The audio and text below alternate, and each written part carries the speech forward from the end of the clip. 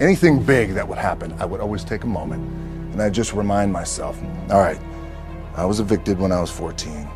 We were kicked off the island. We couldn't live in Hawaii. Had no place to live. A lot of shit happened then when I moved to Nashville. I was arrested multiple times by the time I was 16 years old. I would remember that, and it allows me then to be present in the moment and understand, holy, the stuff I have around me right now, this is the shit that I dreamed of when I was a kid. I am here. I played for University of Miami, played for great teams. Warren Sapp, Ray Lewis, they were my teammates. They were balling. Warren Sapp was playing tight end that time. I was starting defensive tackle. Yeah, they moved him over to D-line. And he looked at me, he's like, yo, dude, I'm gonna take your spot. And I said, you ain't taking my spot. He said, I'm gonna take your spot. I said, no, you ain't. We battled, and he took my spot. Now you can imagine how that with me, because there goes my opportunity. He went in, switched to defensive tackle, lit the world on fire. But what that did, it crushed me, it crushed my dreams. I had a piss poor senior year, zero production, no NFL, no combine invite, nothing. Finally went to the CFL, Calgary Stampeders, making $250 a week Canadian. Now I had to send that home to my wife at that time. Had no money. So I remember that. I got cut from Canada. My dad, in his pickup truck, came down 4 o'clock in the morning, picked me up in Miami from Tampa. We lived in a little apartment in Tampa. He drove down in his little pickup truck to Miami to get me when I was cut from the CFL.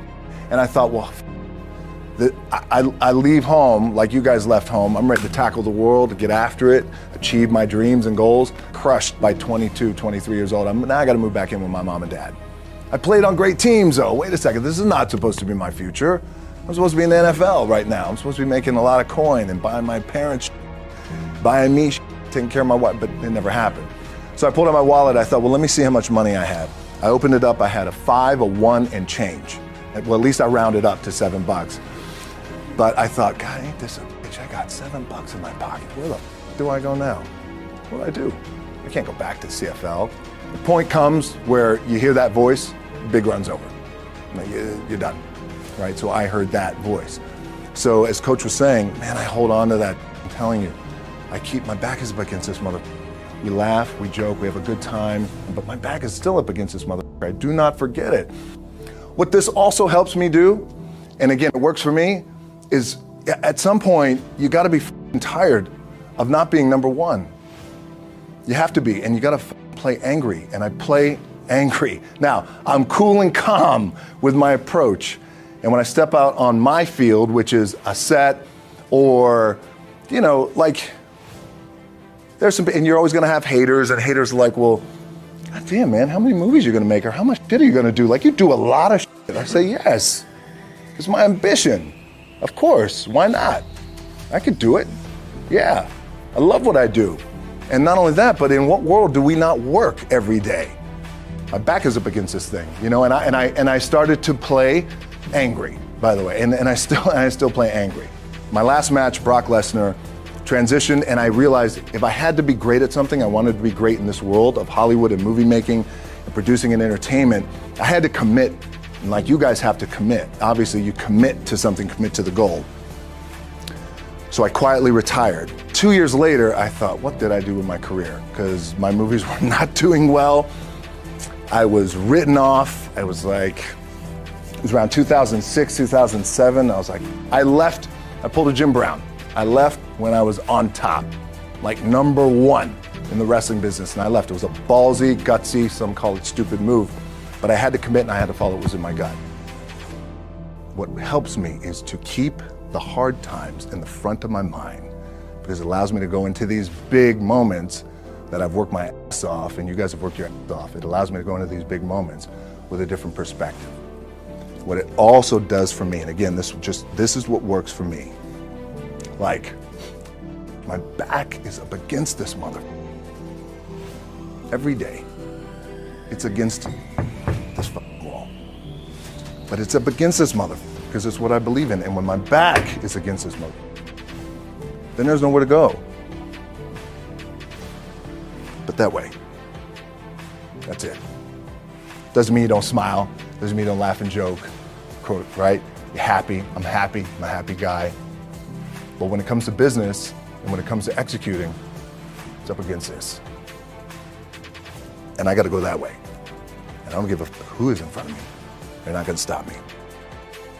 The key for me was, where does it start? What's the anchor? What's the anchor? So I could have all these ambitions, and you guys have all these ambitions, which is great. It's important. I'll play this role, you'll play that role. I'll execute this thing, and it'll come out this summer. You guys will execute this thing during the summer, right, when it's time to really put in a lot more work. But the key with me is just always finding what the anchor is. And the anchor is getting up at 4 o'clock in the morning every day before anybody else and grounding my thought process is in the no one will outwork me. No one. I love and I respect you guys. Motherfucker won't outwork me. All starts with this. 2 hands, putting it to work. My last match in WWE, I'll share this with you guys too, is that, again, because there's a little bit of takeaway here from all this, is I wrestled John Cena. And I went in, I think it was 2013, I went in WWE champion, and we went in MetLife Stadium. We had a record-breaking attendance, which was amazing that night. We accomplished our goal. So I wrestled with John Cena. We had 45 minutes planned for the match. It's nonstop, go, right? So your conditioning is tested.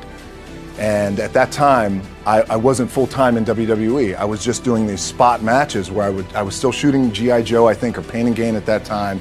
It was Fast and Furious 6 in London. Had to travel in the ring, get all my ring work in, travel back to shoot Fast and Furious, then back, WWE Raw, doing those shows. The big build-up to WrestleMania against John. We get to MetLife Stadium. It's a big night. This is it. It's game night, right? It's championship night for me. 45-minute match planned out. There's no cut. There's no, all right, well, let's pick it back up tomorrow. You know, it's go time. It's just like you guys in a game. At the 15-minute mark, bang!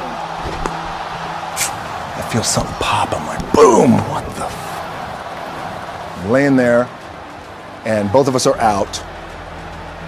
I said, oh, fuck, something's going on. And I stick my hand, now there's 85,000 people, right? And we're just laid out like this. I kind of roll over, I stick my hand down in my trunk just to see, I want to make sure that there was no bone sticking out. So if there's no bone sticking out, what the something just happened. Referee comes over and he's like, Rock, you all right? I'm like, yeah, I think I'm all right. I said, I get up, I go to step, and I can't step. I can't do this. I have to use my leg like momentum. I gotta do that. So now in that moment, and you guys are gonna have these moments, you probably already had them already, where you're in the game and you're in the thick of things, and you gotta make a decision. What I gotta do? I'm gonna stay in the game, committed to the team, I committed to my team, the whole entire roster, right? So I could tell the ref says, are you okay? And I have one moment. In this moment, it was a defining moment. I could either tell him, no, I'm done. He'd give the signal, match is over. Or, let's keep going. We have this decision. And I said, no, let's keep going. I said, how much time is left? He's like, 32 minutes. I'm like, okay. Rest of the whole match, couldn't move, doing everything like this.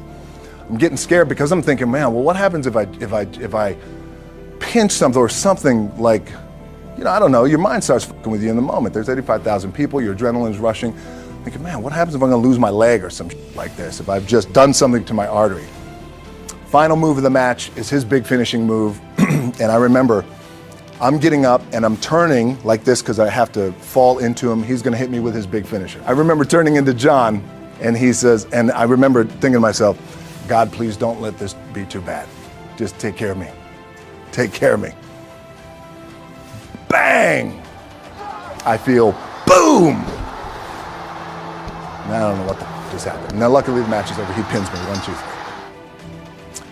Comes in the back, I get to the back, I can't move. Now I'm getting a little nervous. Get on a jet, rushed home to my doctor's down in Florida, and get an MRI, find out that I have completely torn my adductor, the top of my my adductor and my top of my quad off my pelvis. What I was proud of was to walk out on my own, but not only that, but in this moment where the odds are against you, people are watching, your team's depending on you, you either say, I'm done, or this, whatever the is going on, it's temporary, and it may fuck me up at some point down the road. But I'm not going to let this opportunity go by without giving it my all. As you guys know, there's nothing you can't accomplish. You're going to go on, you're going to become world champions. The key for me, what I think one of the keys is, remember where you came from, keep that in the front of your mind, and when shit goes bad and it goes sideways, a lot of shit does, you're getting booed out of the building, or you're coming through this injury, or people are writing you off, oh, you guys ain't make it, you know, any of that, you gotta keep it in here.